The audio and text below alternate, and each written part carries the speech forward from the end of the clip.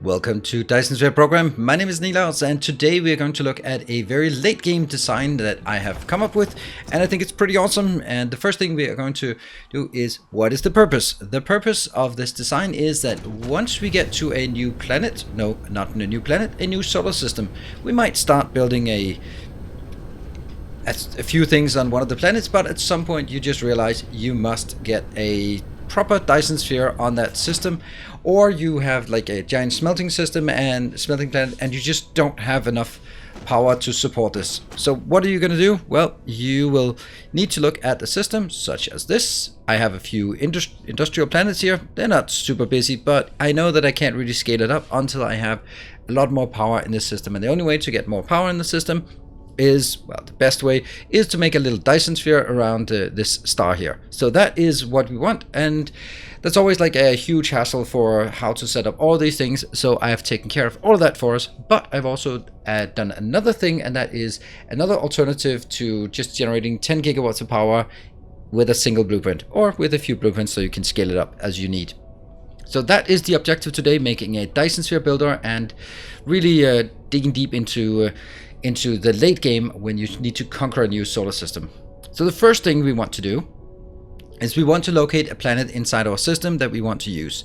That's the one I've landed on, and there are certain criteria here that you should consider. First of all, don't choose a planet with lots of water, because that means you're going to be doing a lot of landfilling. That sucks.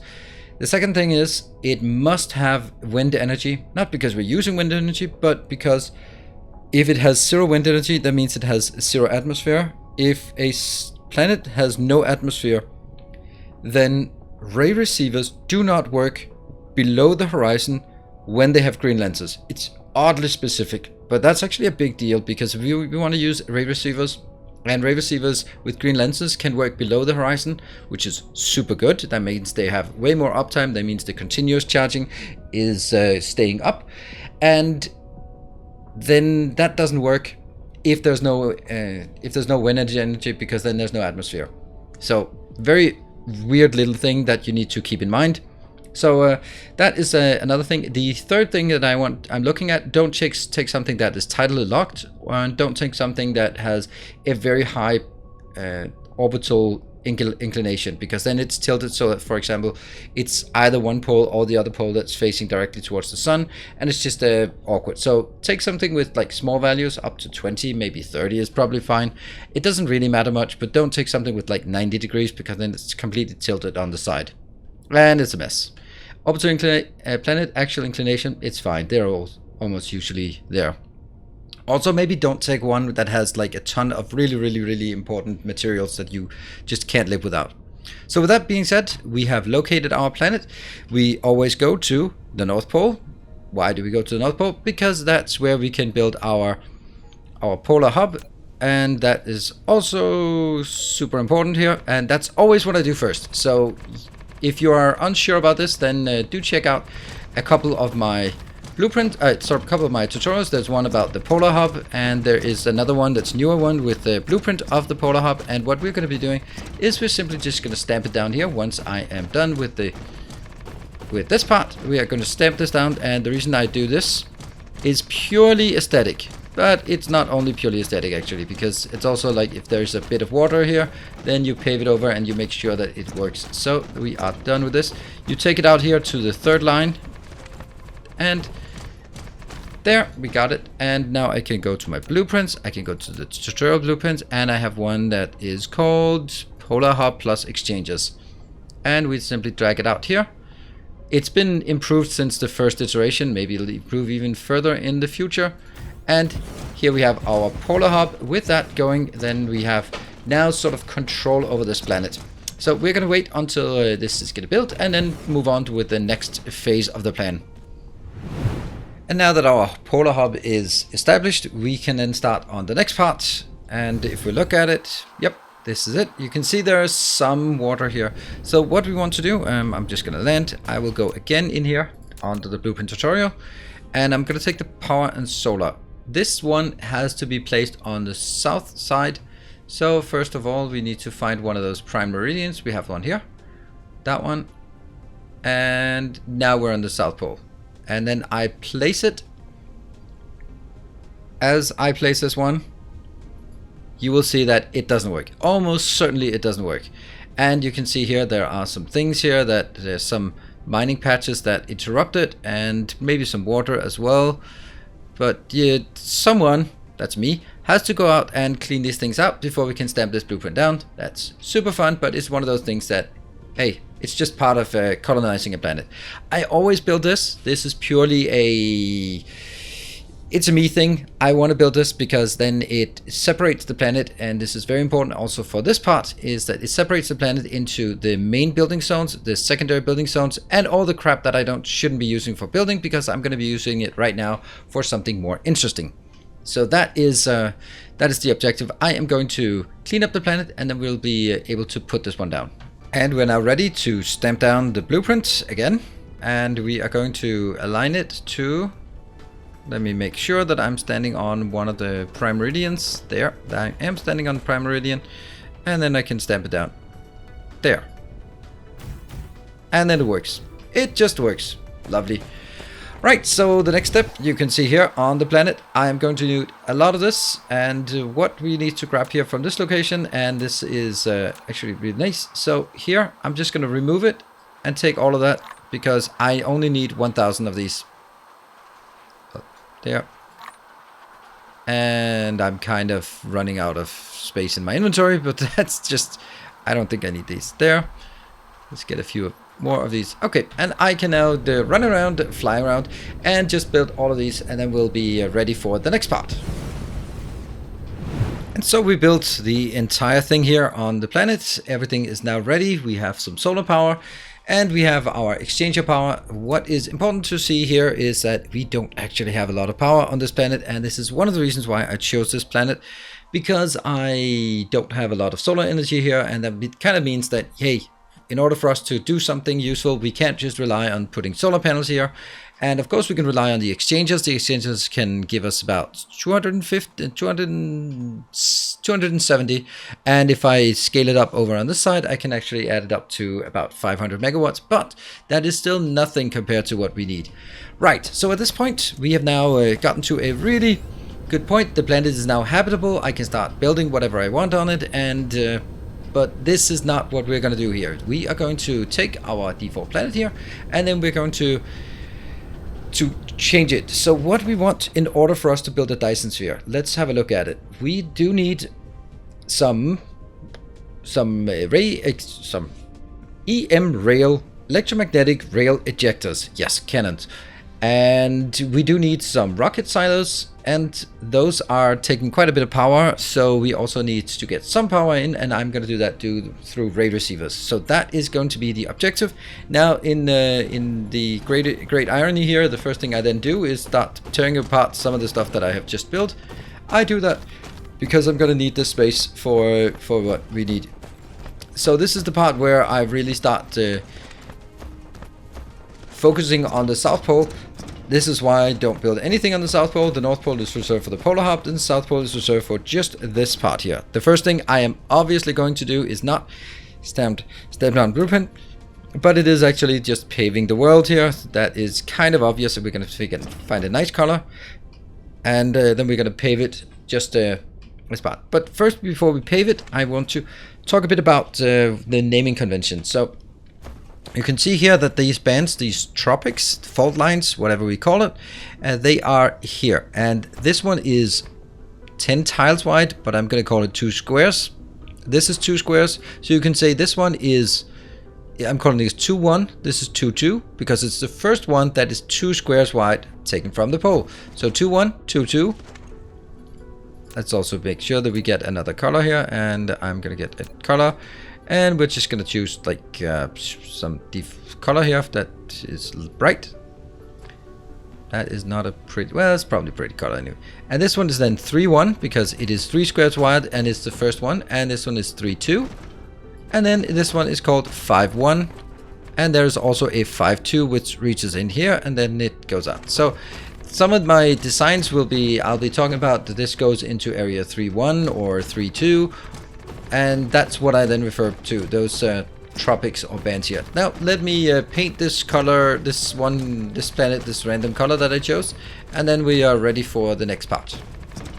So here we are, and I decided the green one had a better contrast, both in terms of the dark side and the light side, and also when working on the construction mode, so the contrast was looking better, so we go with this green instead. Of course it's green on green, but yeah, well, it is what it is. Right, so what is it we want to do now? Well, we want to add... This is now where it forks out. One of the planets in your solar system will be taking care of launching rockets, and the other planets in your solar system will be then consuming the power from the Dyson Sphere. So first we want to make the planet that makes all of it. But before we can do that, it is important that you add three additional swarms to your Dyson swarm. I have that. That's how the blueprint is set up. They are launching to swarm number 2, 3, and 4. So set up number 2, 3, and 4 in your Dyson Sphere overlay, and then it should be you should be ready. Once you've done that, we go in here and take the absolute brilliant blueprint that I have prepared. Ta-da! Yep, that's a mess. And I'm gonna have to find that is here. Right, I am going to stamp it down and then we'll take a look at it. Woo! Okay, so what is going on here? In the middle, we have a place to launch. This one will be requesting carrier rockets and green lenses. Now, notice that I have not set them up to start requesting, because you want to build things first, and I want you to have control of when this is going to happen. Then on the inner circle here, we have just filling up whatever we can. This is if we talk about our things up to and including the 2.1 and 2.2. Those are now filled up with ray receivers, pretty much as close as we can do it. And what is important about these ray receivers is also that you can see here they are being fed by green lenses. So from now on, every time I use a ray receiver, because we have blueprints, then I'm going to set them up to use ray receivers, because if it didn't, it would just be too long time to set all of this up manually. But now with the blueprint, and this blueprint that I provide to you, you can just stamp it down, and then if you want green lenses to be consumed here, then knock yourself out. The other part is here comes the rockets. They're gonna go to this location, and they will be fed in here, and then they will be sort of daisy chained all the way around to this row here. There are currently 30 rocket launchers here. 30 rocket launchers takes care of 2.5 rockets per second. So I mean, it's a decent amount, but it's not like massive or anything. But I think it's a pretty good compromise of just not having too much, and on the other hand having some. You can see, let's go on the other side. If you just get this one taken care of, you can see these three, they have launching to orbit number 2, orbit number 3, and orbit number 4. So if you don't have or orbit number 2, 3, and 4, they will just be unassigned. And if you want them to set to something else, you can just have them unassigned, and then if you all want everything to launch to a single one, then you just copy the recipe among these. That's a bit of work, but you know, it is what it is. Now this blueprint here has 50 rail guns all the way around, so that's 150 in total, and it gives us a launching speed of 50 solar sails per second. And that is also why I have 2 full belts out, because there's 30 here and 30 there, and that is enough to feed this. Again, we have like the middle lane here. This is called 3.2. 3.1 is for rocket silos. 3.2 is now sort of an idle space, and I'm using that for additional ray receivers that will also be fed by green lenses from here. And then we can go out on the side. Now let's talk about power for this one. Currently this is a little island, and you can see here it's all blinking red because none of it's powered. That's because it's not hooked up to the solar cells on this solar panels on this planet, and we'll do that at the end once we're done with everything else.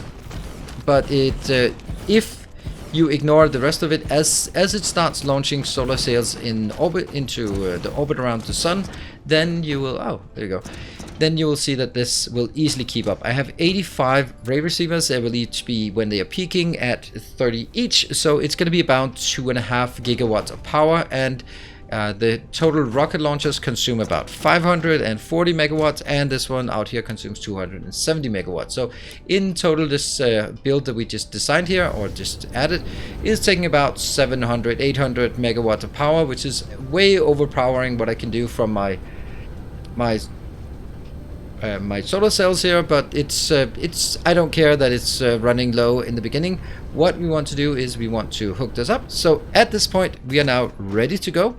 What we're missing though is obviously we need to design our Dyson Sphere. So let's have a look at that. Of course, I'm not going to do that, but take a look at this beautiful Dyson Sphere design that has been come up. This is, of course, this planet is this star is called Factorio, the very generous Patreon supporter, and he has come up with this design that I have then added. It is basically some bands around the planet, around the sun, that sort of go over and under each other. It looks super amazing and super complicated to make, and once it's done, then it's gonna look great, I hope. But we haven't launched anything yet. We don't have any power here.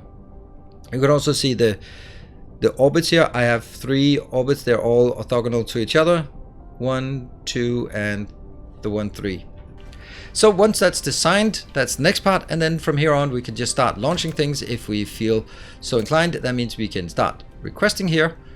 Obviously we don't have any power, so let's get some power in here.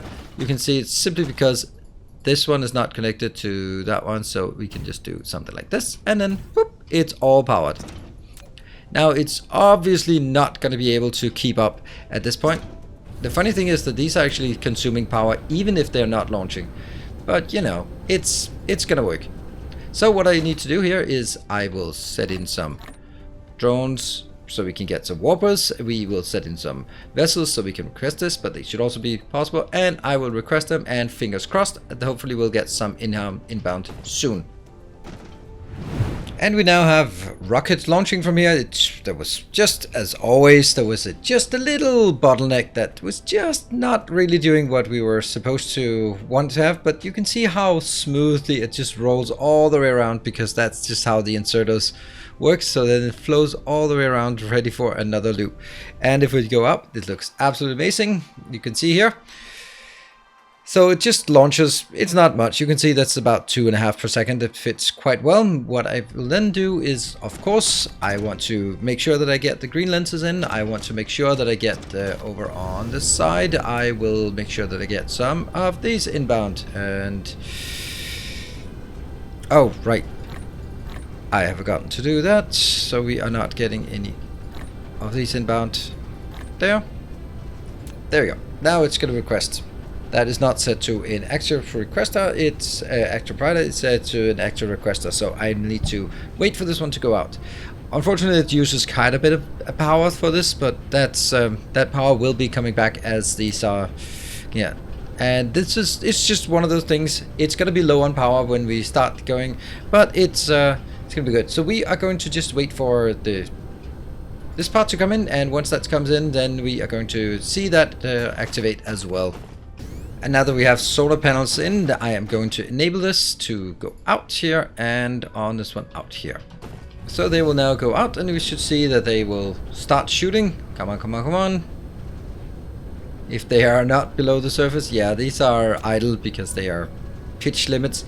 But that's why I've been put it always in a ring around the poles, so that some will be working. You can see this will now start working. I don't know if they are starting to work yet. Slowly, and in this case you can see we are starting to get like an absolute minimum amount of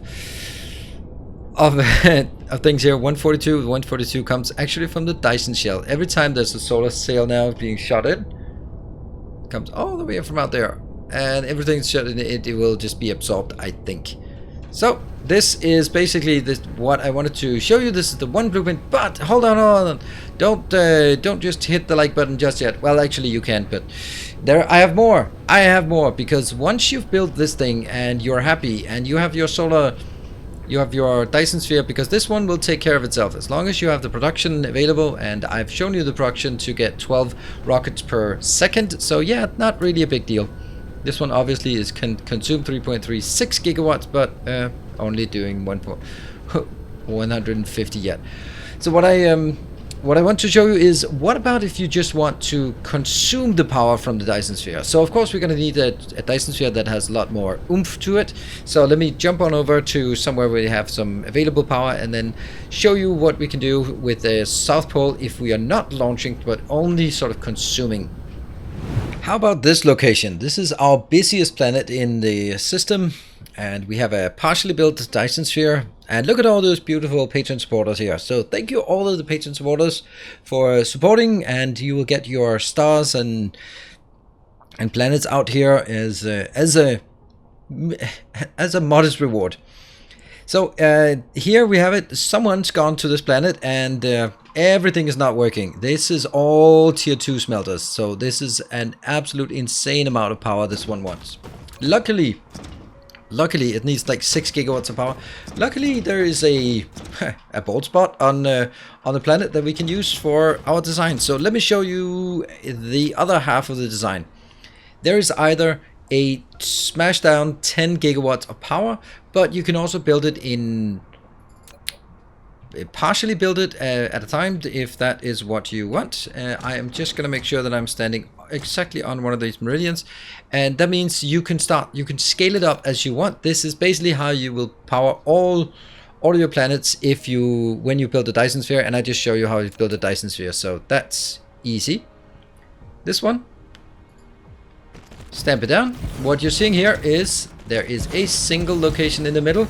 All it does is bring in, and I'm going to request that immediately. It's going to bring in this part. There we go. And I will just get some of these in here so that we can start requesting them. Might actually be kind of running out of these, but well, that's a problem for another day. And you can see here, this little thing here is, let's see how much it is. Dyson Builder, this is 46 times 30, so this is 1.3 gigawatt of power, 1.4 maybe even. So that's a good start. This is a good sort of first thing to build. Let me go over here by that edge. You can see there's a bit of a kink here that is designed for a specific purpose. The purpose being, okay, so you can see here, this is number 1, 2, 3, 4. That's the best way I could indicate number 1, 2, 3, and 4. And just like that, it stamps down here. We get another 2 circles around, and lo and behold, if we go further, we can, and you look how it snaps, boom, right in there, and continues down here, gets another few rows, and it gets better. Of course it does. There. And this one is a bit more finicky because it doesn't snap. So I have to make sure that there. Collide with another object. Of course it collides with another object. These ones, I was not sure if we could actually keep these. So let me get those out, and we can build this once I've gotten these out. Well, let's just do that. And it's also going to help build all of these drones as well, or all of these ray receivers. Now this Dyson Sphere, just for reference, doesn't have a lot, but 71 gigawatt, it's certainly more than we need in this system, so it should be fine to do that. And we are now all the way home. Yeah, somehow they did not build what I wanted them to do. Build and get number 4. It is going to be there. And look at that. Snapping in place, works beautifully. And with all of these, you get 10 gigawatts of power when, of course, you are getting some of these inbound. Currently, we just set up the other thing that's consuming all of it, but when you get the graviton lenses, then will be 10 gigawatts. Until then, it's only going to be 5 gigawatts, and it's also, even at that, it's going to take a bit of time before they sort of scale all the way up. They need this continuous receiving all the way up before that's going to happen. But with this one, as you can see, we're just going to jump forward so that it's all built. And now that we have built all of it, look how beautiful it is. Also from the map view, you can see we are using quite a bit here, and there's only like this tiny thing left for sort of random builds, and then we go into the building zones. So this is exactly how I intended it. And like the South Pole will be for power or for building Dyson Spheres. What I want to show you as well is that if I look at the big blueprint, if you just want 10 gigawatts of power, just stamp down this whole thing. It's exactly the same blueprint. It's just collected as a single blueprint. If you, just want to get it done with it. And yeah, it uses 336 of these receivers, so that should get you sorted. I don't really think that you can use much more than 10 gigawatt on a planet, and if you can, then well, don't. What I can also show you is that we are starting to see some graviton lenses. We got one little batch in, and another batch is coming in, and that will just help on the overall power here.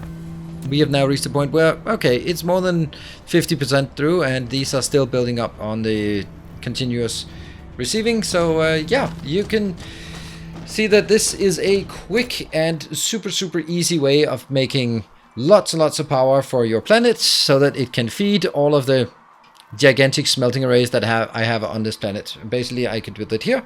I can also build some small up here as well. They can also be built here. So anyway, that is going to be it. I hope you are appreciating it. I hope you find it interesting, entertaining, educational, and maybe useful as well for you to get these blueprints, so you can just stamp them down. You get your Dyson Sphere builder and your pure power. So it's basically a power pole, right? South pole, power pole.